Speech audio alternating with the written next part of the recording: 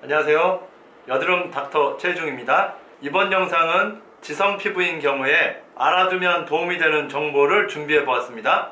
바로 시작하겠습니다. 질문입니다. 수분 부족형 지성인 것 같은데요. 근데 이게 제가 지성이 맞나요? 건성 피부인 건 아닌가요? 번들거리기도 하는데 피부가 건조해요. 지성인지 건성인지 헷갈립니다. 그리고 만약에 지성 피부가 맞다고 하면 지성 피부면 건조하지 않는 거 아닌가요? 지성인데 왜 건조한가요? 네, 답변인데요. 번들거린다고 하는 걸로 봐서는 지성 피부가 맞습니다. 건성 피부인 분들은 번들거림 자체가 없습니다. 건성 피부인 분들은 번들거려 봤으면 좋겠다 하실 정도거든요. 근데 지성 피부인데 어떻게 건조할 수 있느냐 하셨는데요. 네, 지성 피부에서도 건조함이 동반될 수 있습니다. 이 현상은 만성 지성 피부에서 나타나는 현상인데요. 왜 그런지 살펴보겠습니다. 이 피부 표면은 수분과 유분이 7대 3의 비율로 되어 있어야 하고요. 이걸 정상 유수분 밸런스라고 합니다. 그리고 피부 표면은 저장 공간이 10으로 고정되어 있습니다. 10 이상으로 저장할 능력은 없거든요. 지성 피부면 기름기가 많으니까 3이어야 할 유분이 5 정도로 높아져 있는 거죠. 피부 표면은 저장 공간이 10밖에 안 되기 때문에 이 10을 어떻게 맞출까요? 7이어야 할 수분을 5로 낮춤으로써 저장 공간 10을 맞추게 됩니다. 이러다 보니까 원래 필요로 하는 수분의 양보다 수분이 줄어들면서 피부가 건조하게 되는 겁니다.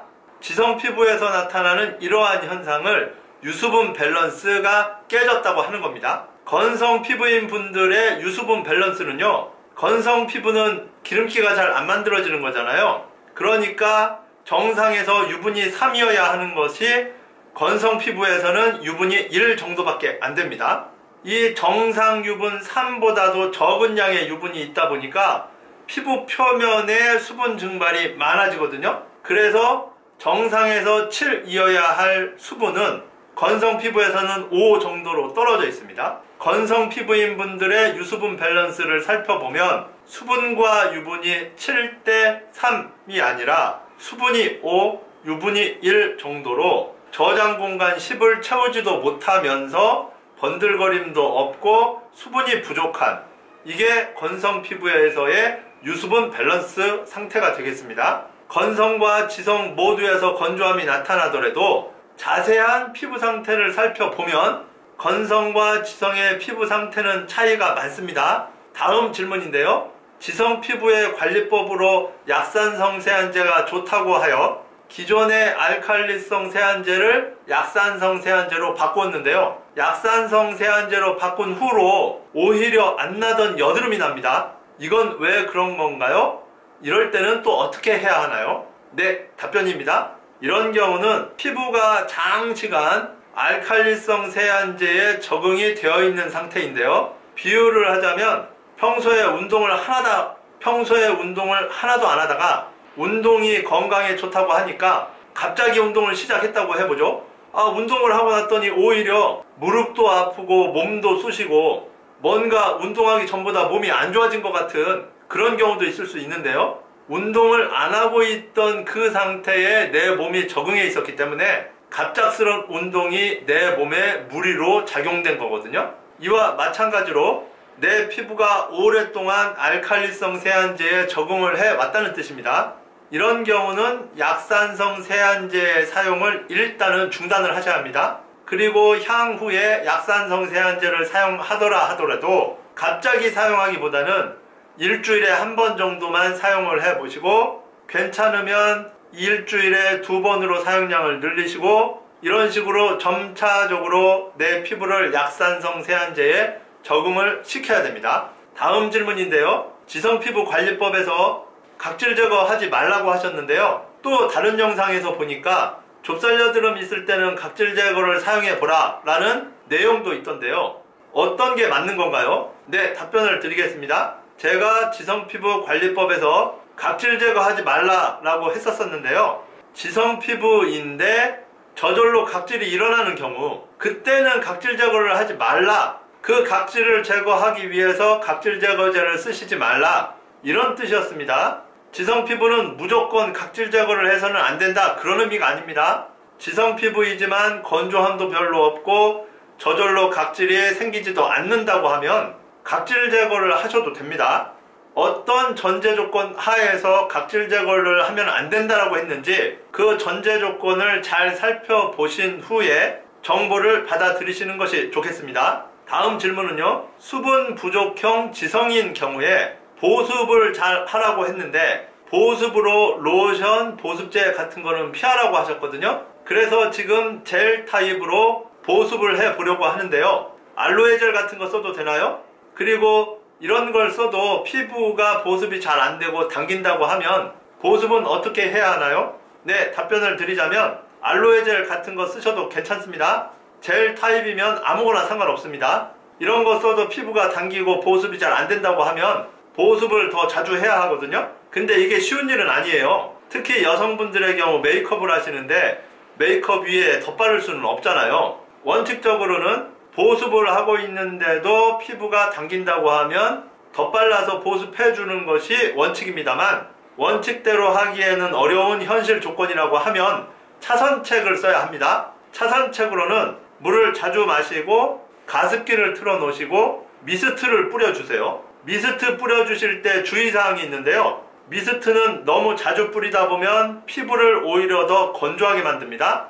그래서 미스트는 하루에 2번, 많아야 3번 정도만 뿌려주세요. 다음 질문입니다. 지성 피부라서 선크림을 바르면 더 번들거리는 것 같고 여드름이 더 올라오는데요. 그렇다 하더라도 선크림을 바르는 게 좋은 건가요? 선크림은 피부에 오래 머물러 있으면서 햇빛을 막아줘야 하거든요. 그래서 선크림의 특징이 피부에 착 달라붙어서 잘 씻기지 않고 피부에 오래 머물러 있는 게 특징입니다. 그러다 보니 모공 표면을 막아서 피부 배출을 방해하기도 하거든요. 이런 이유로 지성 피부에서 선크림을 사용하면 번들거림도 심해질 수 있고 여드름도 잘 생길 수가 있는 건데요. 주로 실내에서 활동을 하시고 특히 햇볕이 강하지 않은 겨울철에는 굳이 선크림 사용은 안 하셔도 됩니다. 이 뜻이 오해하시면 안 되는 게 지성 피부는 선크림이 안 좋으니까 선크림 사용을 하지 말아라, 그런 뜻이 아닙니다. 선크림을 사용하여 얻을 수 있는 이익과 선크림을 사용하여 생기는 불편함, 손해 중에서 어떤 것이 더 나에게 이익이 큰지를 따져 보아서 이익이 더 큰 걸로 선택을 해야 한다는 뜻이거든요. 지성 피부는 선크림을 쓰지 않아도 된다, 그런 의미가 절대 아닙니다. 다음 질문입니다. 지성 피부라서 번들거림이 신경 쓰여서요. 피지 조절제를 먹기에는 약 부작용이 꺼려지고 그래서 피지 조절제 연고가 있다고 해서 그걸 수분 젤에 섞어서 발라볼까 하는데 그렇게 해도 될까요? 네, 답변 드리겠습니다. 효과적인 측면에서야 바르는 연고보다는 먹는 약이 효과가 더 큽니다만 지금처럼 먹는 약에 대한 부담 때문에 먹는 약이 꺼려지신다고 하면 하는 수 없이 바르는 피지 조절제 연고를 발라보시는 것도 한 가지 방법이 되겠습니다.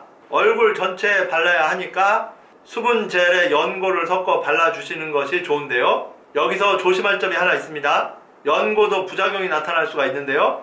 바른 부위가 가렵고 따갑고 화끈거리고 붉어지고 각질이 생길 수가 있습니다. 그래서 이런 부작용을 피하기 위해서는 밤에 발라주셔야 합니다. 이 연고 성분이 햇볕과 만나면 엉뚱한 물질로 변하면서 효과는 떨어지고 아까 말씀드렸던 가려움, 따가움, 화끈거림, 붉어짐, 각질 발생, 이 부작용이 생길 수 있는 거거든요. 그래서 햇볕이 없는 밤에 사용을 해 주셔야 합니다. 밤에 사용하더라도 용량이 너무 많으면 이런 연고의 부작용이 나타날 수가 있습니다. 따라서 부작용을 피하기 위해서는 아주 소량을 섞어주시고 밤에만 발라주세요. 만일 가렵고 따갑고 화끈거리고 붉어지고 각질이 생기는 이러한 증세가 나타나면 사용을 당장 중단을 하시고 대개 중단 후 3일 정도가 지나면 정상 상태로 돌아오거든요. 정상 상태로 돌아왔을 때 이전 사용 용량보다도 줄여서 다시 얼굴에 발라보시는 이런 시도를 해보십시오. 다음 질문입니다. 지성 피부이다 보니까 블랙헤드가 심한데요. 블랙헤드 압출해도 괜찮나요? 네, 답변입니다. 블랙헤드를 자꾸 짜다 보면 모공이 넓어집니다. 한 번 넓어진 모공은 좁히기가 굉장히 어렵습니다. 모공은 넓지 않을 때 넓어지지 않도록 관리해 주시는 것이 굉장히 중요하거든요. 그러니 블랙헤드를 압출하지는 마세요. 제품 중에서 바르는 액체가 있는데요. 액체를 발라놓고 10분에서 20분 정도 지나면 블랙헤드가 불어서 피부 밖으로 튀어나오게 됩니다. 그때 면봉으로 블랙헤드를 걷어내는 그런 제품이 있는데요. 그거를 통해서 블랙헤드를 제거해 주시는 것이 좋겠습니다.